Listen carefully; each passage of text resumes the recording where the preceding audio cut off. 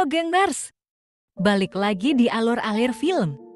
Semoga kalian semua sehat selalu ya. Amin. Kali ini gue akan membahas sebuah film yang berjudul Arktik tahun 2019. Film ini menceritakan sebuah kisah tentang seorang pria yang terdampar sendirian di Pulau Es.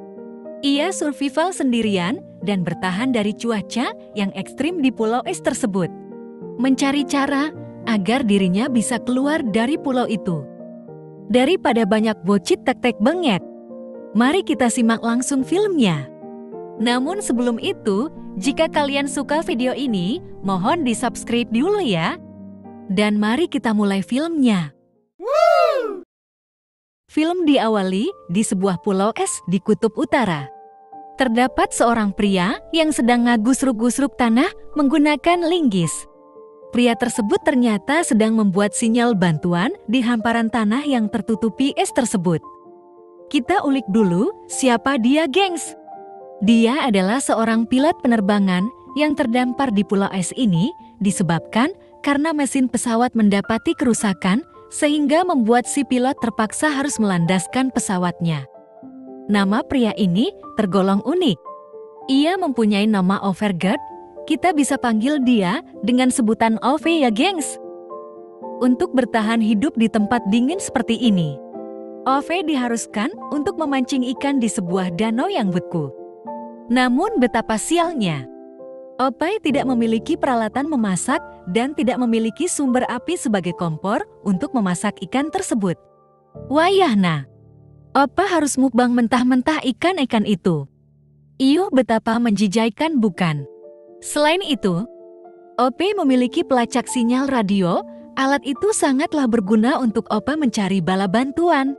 Tapi misnya, sebelum ia menggunakan alat itu, ia harus pergi ke puncak gunung agar alat itu bisa bekerja dengan baik.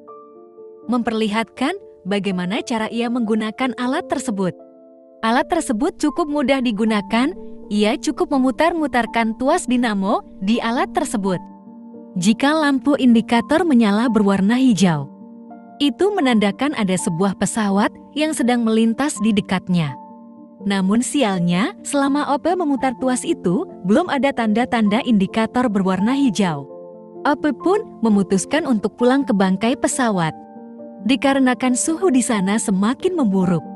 Bisa dilihat juga jari-jari kakinya sudah membengkak akibat radang dingin. Bahkan ia harus merelakan kehilangan 2 jari kakinya itu. Di keesokan harinya, ia selalu pergi ke makam seseorang, dan makam ini ternyata adalah makam besti dari si OP ini alias teman satu perjuangannya yang lebih dulu pulang ke Rahmatullah. Singkat cerita, ketika ia ingin memancing, ia menemukan kotaknya yang biasa digunakan untuk menyimpan ikan telah hancur. Lalu ia menemukan sebuah jejak kaki yang diduga itu adalah jejak dari seekor beruang kutub.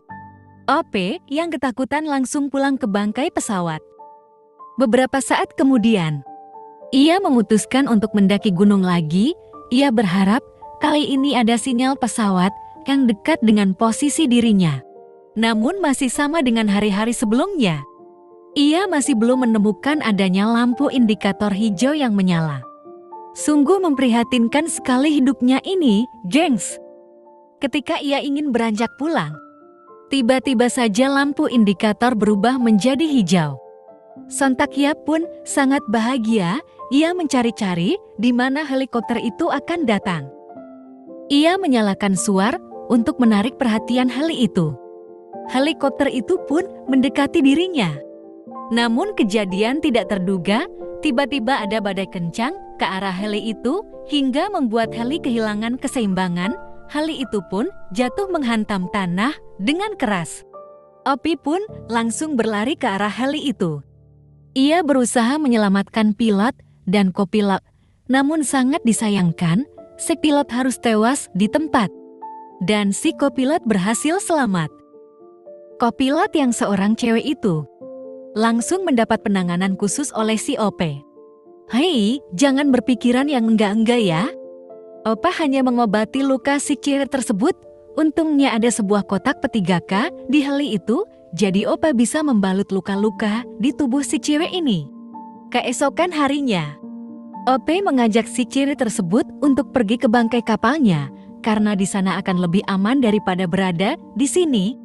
Ketika sudah sampai di pesawat, ia menyuruh cewek itu untuk beristirahat di tempatnya. Setelah itu, Ope kembali ke helikopter tadi untuk mengubur jasad si pilot. Lalu, ia tak-karatak mencari barang-barang yang masih bisa digunakan di heli tersebut. Di heli, ia menemukan korek api dan sebuah kompor. Jelas itu sangat berguna untuknya. Sin berpindah di pesawat. Ia memeriksa peta yang ia dapat dari heli. Ia pun menemukan simbol yang mengartikan bahwa ada stasiun di daerah ini. Namun sayangnya, stasiun itu sangatlah jauh dari posisi Ope. Saat ini memerlukan waktu 3 hari agar bisa sampai di stasiun tersebut. Ia yang kebingungan, lalu menyeduh Indomie yang ia dapatkan dari heli.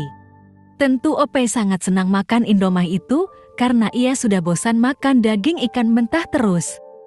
Ope pun menekatkan diri untuk pergi ke stasiun yang jauh tersebut. Tentunya perjalanan ini sangat beresiko mengingat medan yang akan ia lalui cukuplah sulit. Belum lagi, ia harus membawa beban si cewek yang masih tidak kuat untuk berjalan.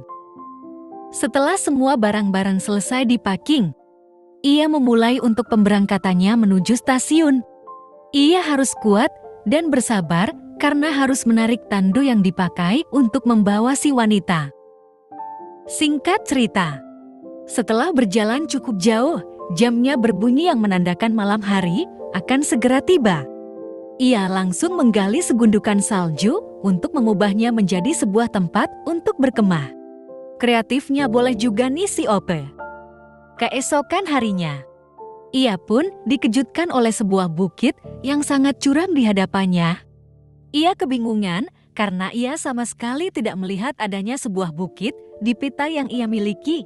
Jika ia harus memutarinya tentunya akan sangat membuang-buang waktu karena jalannya akan sangat lebih jauh lagi. Ia pun menguatkan diri untuk mendaki bukit tersebut.